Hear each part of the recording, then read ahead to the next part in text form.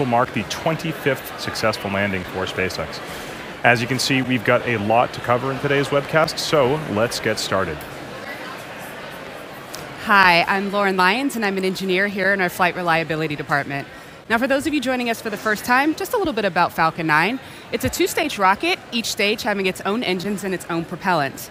The first stage, which is this lower portion here, this is the part of the rocket that generates the tremendous thrust that's necessary in order to get the rocket through the most dense parts of Earth's lower atmosphere and accelerate the second stage and payload up to approximately 48,000 kilometers per hour. This is also the part of the rocket that we're going to be attempting to land on our drone ship after it separates from the second stage, which is sitting on top here. Stage 2 has a single Merlin engine that is optimized to operate in the vacuum of space, and it's going to be responsible for delivering Bangabandhu Sat-1 into its targeted geostationary transfer orbit. Now, at the very, very top of that rocket, that nose cone that you see there is called our payload fairing, and inside of it, Bangabandhu Satellite 1.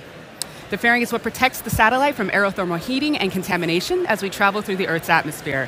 But once we get into the vacuum of space, we jettison it, it'll separate from the rocket and fall back down to Earth. Now, if you've been watching our rockets for a while, you notice that Falcon 9 looks visibly different today. Most notably, we have this black inner stage, this black raceway cover, and these black landing legs. This is the color of our improved thermal protection system materials, or TPS as we call it, and it doesn't require painting. The new thermal protection material is a highly flame-resistant felt, which we expect to be more rapidly reusable than the cork that we previously used. Now, all these changes reflect our ongoing efforts to build not just reusable rockets, but rockets that are rapidly reusable. Eventually, we hope that rocket launches will become like commercial airplanes, where the rockets can be flown over and over again with minimal refurbishments in between. We'll talk more about the Block 5 upgrades later in the webcast, but with just a few minutes left before liftoff, let's get a status update. Hi, I'm Michael Hammersley, a materials engineer in our avionics department, and I'll be bringing you status updates on the vehicle. Falcon 9 rolled out to the pad with the Bangabandhu Satellite 1 payload last night at about 8 p.m. local time, and it went vertical at roughly 8:08 a.m. local time this morning. We went through the launch director's go, no-go poll, held at about T-minus 2 hours, and we're currently working no issues on the vehicle. One of the several changes to Block 5 is in how we load propellants. We use a liquid kerosene fuel called RP1, and our oxidizer is liquid oxygen. Now, instead of starting with our fuel load at T-minus 70 minutes, we began loading both RP1 and liquid oxygen onto the first stage at T-minus 35 minutes. At the same time, we started loading RP1 onto the second stage. So the first stage is going to be continuing its fill just until a couple minutes before launch. It's at about 80% full of RP1 and, 85% full of RP1 and about 80% of liquid oxygen. The second stage does its propellant loading sequentially. So its RP1 load is actually complete. That was finishing up at about T-minus 22 minutes. And the liquid oxygen load began just a few moments ago, and it's at about 15% loaded at the moment. We pressurize the tanks with helium. Those are at just under 100%. We'll slowly be trickling in additional helium. Those hold the pressure in the tanks when we're emptying the tanks of fuel during ascent. We're also planning on recovering the first stage of today's Falcon 9. The drone ship, Of Course I Still Love You, is currently holding position 340 nautical miles southeast of Kennedy Space Center. And after stage separation around T plus 3.5 minutes or so, or 2.5 minutes or so, excuse me, we should be bringing you live coverage on its way back down. All told, vehicle's healthy at the moment. Payload's also healthy, and the range is a go. Weather-wise, we're watching some strong high-altitude winds and some thick cloud layers that are cooling to minus 20 degrees Celsius, but there's nothing that's looking like it's going to stop us from launching in 12 minutes from now. Block 5 refers to a series of upgrades we've made to the Falcon 9 rocket as part of our ongoing effort to make spaceflight more like commercial air travel is today, and that is to say safe, affordable, and utilizing vehicles that can be flown over and over again. Over time, the primary benefit of these Block 5 upgrades will be the capability to achieve rapid reusability with high reliability. Block 5 is designed for 10 or more flights with very limited refurbishment, but should be capable of additional flights with further testing and possibly additional refurbishment after that. In addition to the changes that Michael and Lauren have touched on, we've also made changes to the 9 Merlin engines on the bottom of the first stage of the Falcon 9. The thrust of each of these Merlin 1D engines has been increased from about 176,000 pound-feet to 190,000 pound-feet at sea level, which represents roughly an 8% increase in thrust. We also have changed the primary thrust structure that houses these engines, which we call the octaweb, from a welded aluminum structure to a bolted structure. And this greatly reduces the manufacturing and inspection burden and increases reliability and shortens the lead time while in manufacturing. Additional improvements have been made to the landing legs to support rapid post-landing vehicle processing, and we've upgraded the operational capability of components across the board on the rocket. Some of the improvements we made have already flown on previous vehicles. For example, the titanium grid fins, which have significantly greater control authority than the previous iteration, were flown for the first time back on Iridium 2 in June. In addition, we've also flown an upgraded first stage heat shield, thermal protection tiles, as well as a new second stage new anti-vortex device, which is used to prevent the fluids inside the stage from developing into a whirlpool or vortex. The ultimate goal is to be capable of relaunching a flown booster within 24 hours with minimal refurbishment. That doesn't mean we intend to fly the rocket once a day, but we could if we needed to. Block 5 will be SpaceX's workhorse vehicle for years to come. It is the final substantial upgrade to the Falcon 9 design, although we may make minor upgrades as we continue to strive for rapid reusability and extremely high reliability. As previously mentioned, Bangabandhu Satellite 1 will be the first Bangladeshi geostationary communications satellite for the country of Bangladesh. The satellite was built by Thales Alenia Space of France and fitted with 26 Ku band and 14 C-band transponders.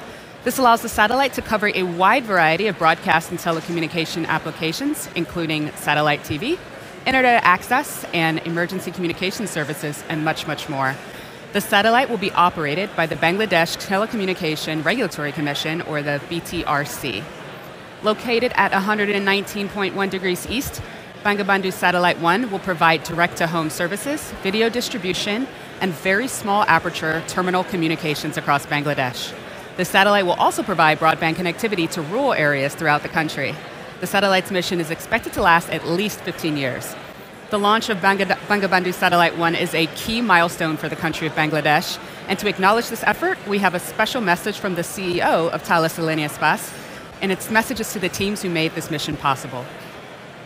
Today is an important day for Bangladesh and for all of us. Bangabandhu Satellite 1 is, without any doubt, a pioneering and ambitious space program that will mark the history of Bangladesh. And I'm very proud of Thales Alenia Space to be part of this exciting story. Bangabandhu Satellite 1 is designed to reduce the digital divide in Bangladesh by providing broadcasting and communication services all over the country, and particularly in rural zones. This satellite will highly contribute to the economic development of Bangladesh. Being the country's first telecom satellite, it also represents the confirmation of Bangladesh's entry into the high-tech space sphere. And at Thales Alenia Space, we are delighted to contribute and make this happen. The teams from Bangladesh worked with ours in a very professional and human way. We will never forget the emotional and decisive moment of the satellite's acceptance review in our clean rooms. The entire delegation, with the Bangladeshi flag in their hands, began to sing in unison in front of the huge silvery mass of the Bangabandhu Satellite 1. It's moments like these that really lend meaning to our motto, Space for Life. I would like to congratulate all teams involved for doing such a fantastic job. Thales Alenia Space teams for their large contribution and for having delivered the satellite on time, Spectra, our efficient satellite ground segment partner in Bangladesh, and SPI team for the close cooperation with our teams along the program. Finally, I would like to warmly thank BTRC for entrusting us with the first satellite. From beginning to end, you can count on Thales Alenia Space. Joy Bangabandhu, joy Bangladesh. We're now at about T-minus 6 minutes and 30 seconds, and at this point, Stage 1 and Stage 2 are just about fully loaded with almost 1 million pounds of kerosene fuel and liquid oxygen. The second stage is 100% full of RP1 and about 85% full of liquid oxygen. The first stage is just under 100% of RP1 and at about 98% of liquid oxygen. We'll continue topping both stages off until about T-minus 2 minutes to keep the propellants as cold and therefore as dense as possible. That way we can fit as much propellant onto the vehicle to loft the satellite this afternoon. Around the T-minus 7 minute mark, we began our engine chill procedure. The propellants are much colder than the engines, and so it's important to get the engines to the correct temperature by slowly flowing propellant through them before ignition. Liquid oxygen in particular is so much colder that it would turn into a gas upon first contact, which would be a pretty hard start for the engine. The next major activities, the strong back, that's the white structure right next to Falcon 9 there, will open and slightly retract away from the rocket. It will fully recline as soon as Falcon 9 leaves the pad. At T-minus 3 minutes, we'll be performing an engine wiggle. That's double checking to make sure that the thrust vector control system is working properly. That's the system that allows the engines to steer Falcon 9 during ascent. At T-minus 60 seconds, you'll hear that Falcon 9 is in startup mode, which means that the rocket's internal flight computers have taken over the countdown. One more interesting change for this mission in particular relates to how we're using the Merlin engines. In Block 4, the engines were used with a constant chamber pressure. Because engine thrust depends on both chamber pressure and external atmospheric pressure, the engine thrust would slowly increase by up to 10 or 15,000 pounds per engine during ascent. The difference here is that for Block 5, we'll be maintaining a constant thrust of 190,000 pound force until cutoff, which means that we'll be slowly decreasing the engine's chamber pressures over time in order to compensate for the decreasing atmospheric pressure during that ascent.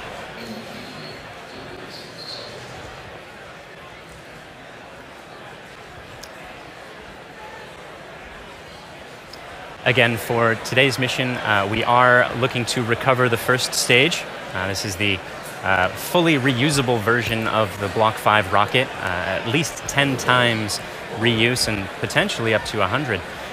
The drone ship, Of Course I Still Love You, is currently on standby in the Atlantic Ocean, ready to catch the first stage during its descent.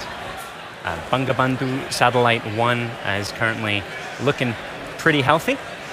Entirely healthy, and we're excited to get that into its geostationary transfer orbit. The range is currently go, and the weather is also still looking good enough for us to launch today. At this point, we're just outside of T-minus 3 minutes, so let's listen in to the last few minutes of terminal count.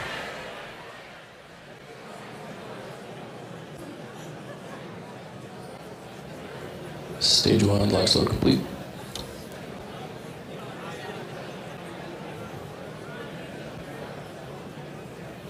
Bleed verification. Strong back lower complete, 88.5 degrees.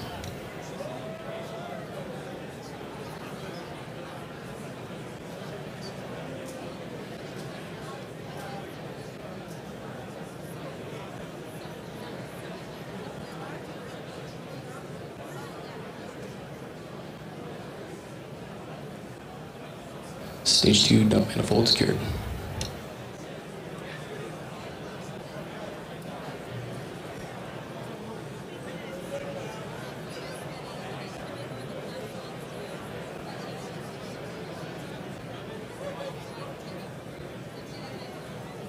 Stage 2 locks, throttle on back.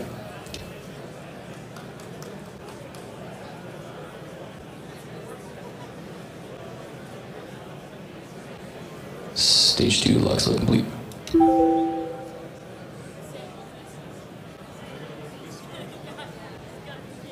Falcon 9 is on internal power.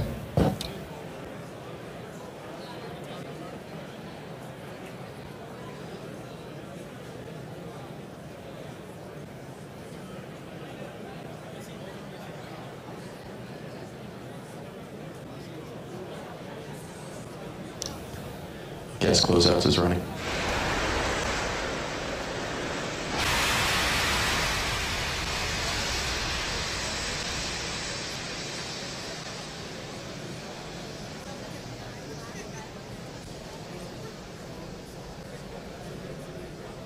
M1D fuel bleed complete.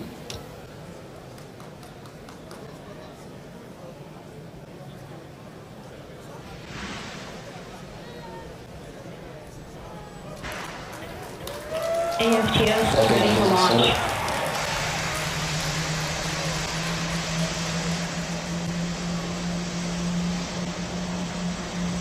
LD countdown, we've had a launch abort sequence start.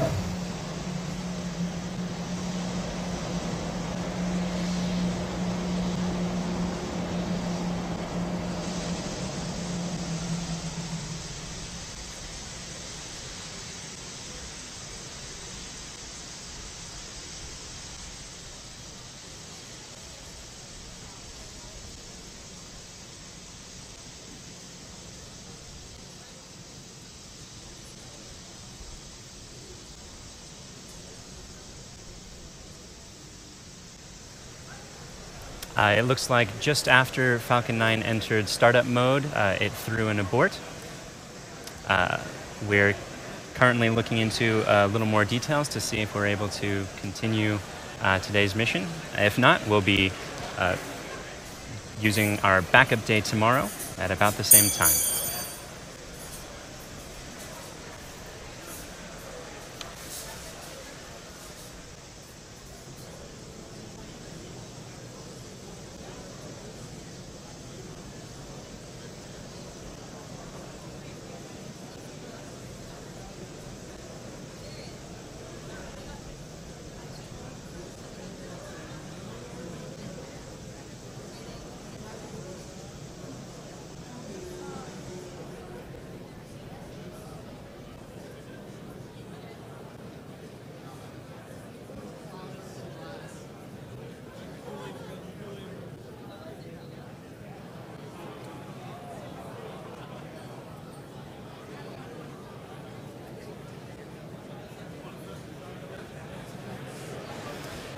If you're just joining us, it appears we had an abort thrown by the vehicle just after it entered startup mode. These abort sequences are important to make sure that the Falcon 9 is in its best shape in time for any launch. So we're much happier to take those aborts beforehand rather than continue when there's any risk to the vehicle. If we have to go tomorrow, we'll be checking to see exactly what was happening that threw the abort today. The backup launch window opens tomorrow at 4:14 p.m. Eastern Time, or 8:14 Universal Coordinated Time, and closes at 6:21 p.m. Eastern Standard Time, or Eastern Daylight Time, or 10:21 Universal Coordinated Time.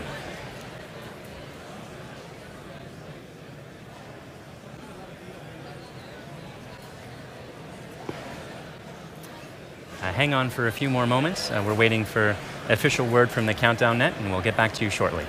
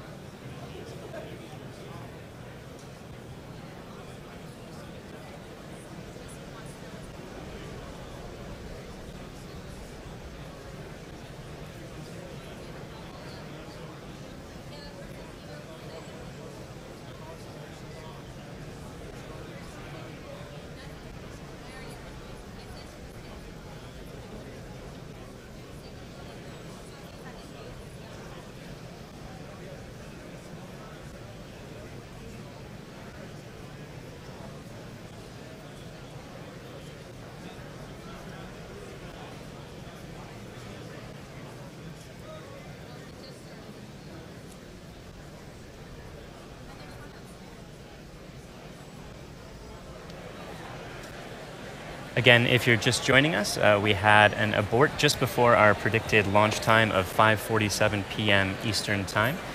These are an important part of making sure that the vehicle is healthy for launch. At this time, we are currently looking to discover the cause of the abort.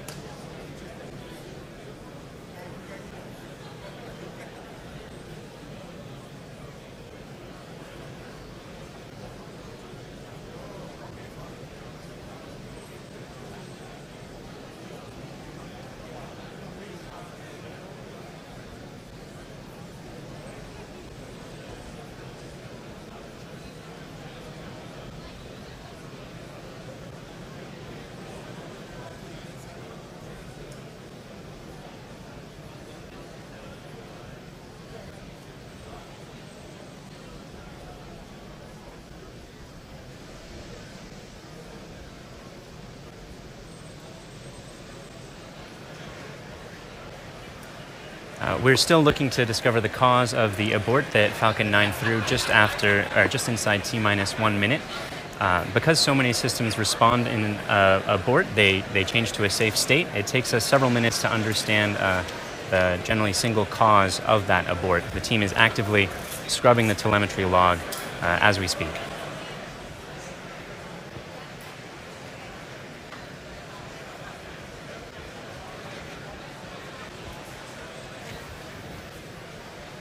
CLD on countdown 1. Vehicle is safe. Please stand by while reviewing data.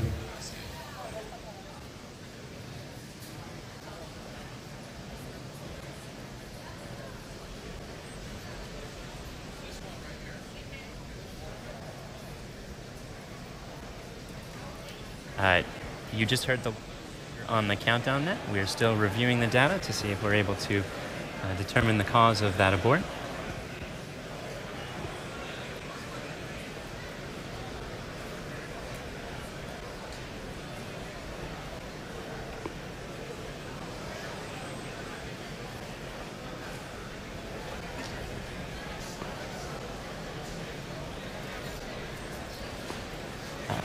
And you heard the launch director announce that the vehicle is safe and gave the OK for payload to go back to external power.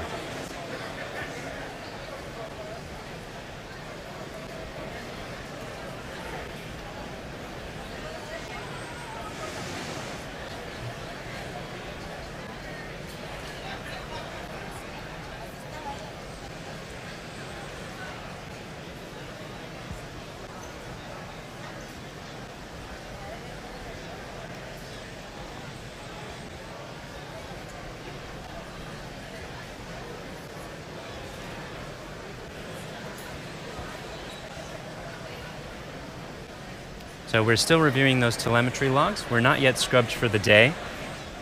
We're working to bring you that information as quickly as possible.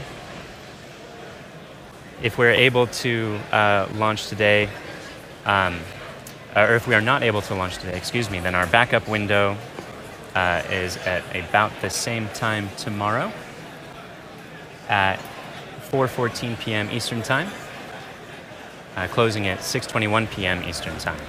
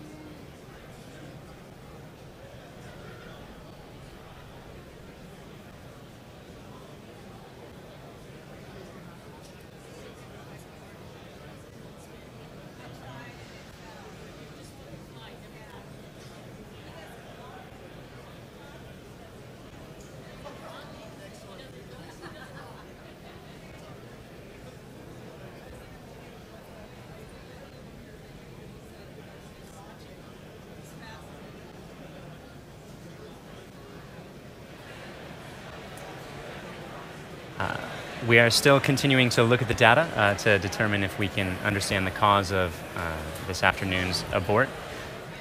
Aborts are part of the standard process. Again, it's good to make sure that the Falcon 9 is completely ready to go, both the ground systems and the vehicle systems as well. And double checking those is vastly preferable to having any sort of a problem during flight.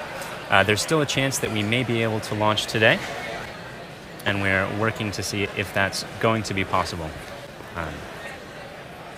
Otherwise, we'll aim for a backup launch window tomorrow afternoon.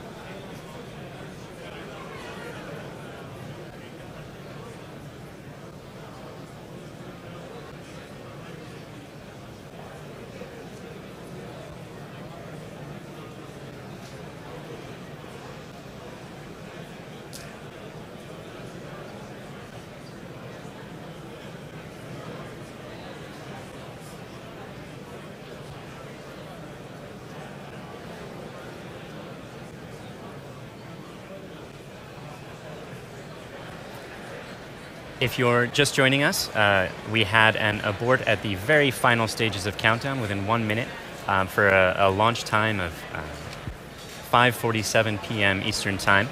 Falcon 9 threw the abort, and they're part of the standard process. We're still continuing to look at the data to conclude even if it was a ground problem or a vehicle problem. Because at T-minus 1 minute, the flight computers go into startup mode. The process of understanding that abort is a little more difficult than at other times in the countdown. So we're reviewing those telemetry logs to make sure that we're understanding it. There is still a chance that we can make it work for today's window, and we're currently exploring if that's a possibility.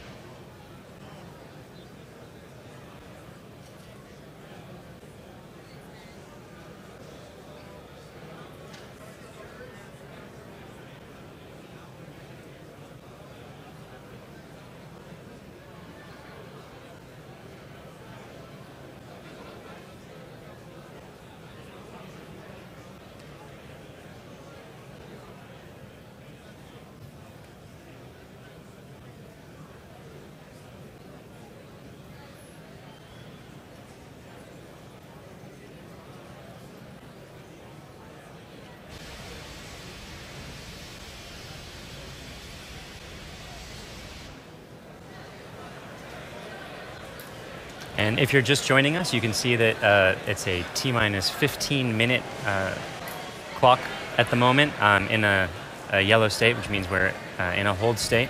We threw an abort at just inside of T-minus 1 minute as Falcon 9 had taken control of the countdown. Those aborts are part of the standard process to make sure that everything is working just as we're expecting. Much better to have those sorts of signals on the ground rather than any time during ascent.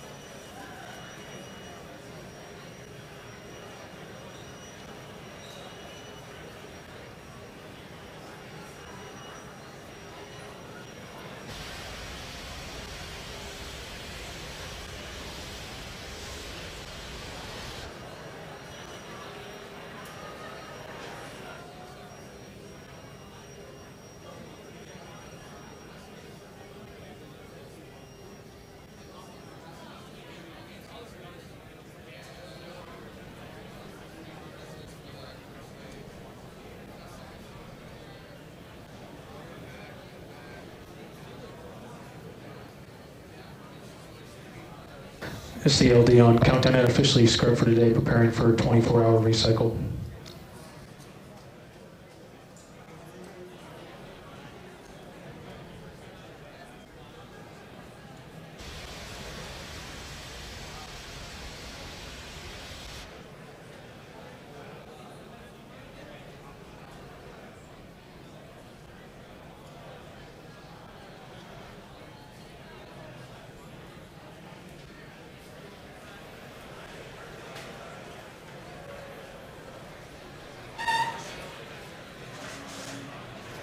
And we've just received final confirmation that we are standing down today due to a violation of abort criteria.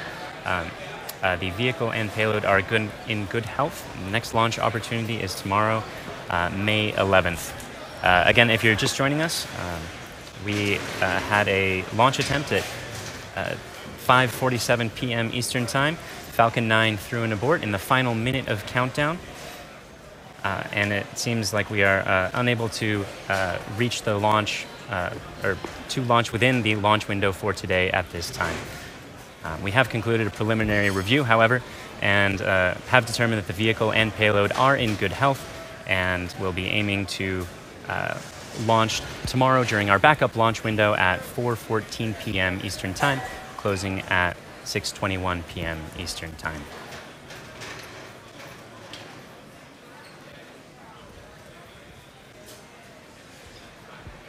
At this point, we'll conclude the webcast. Thank you again for joining us, and we hope to see you for tomorrow's launch attempt at, again, 4:14 p.m. Eastern Time. Thank you again.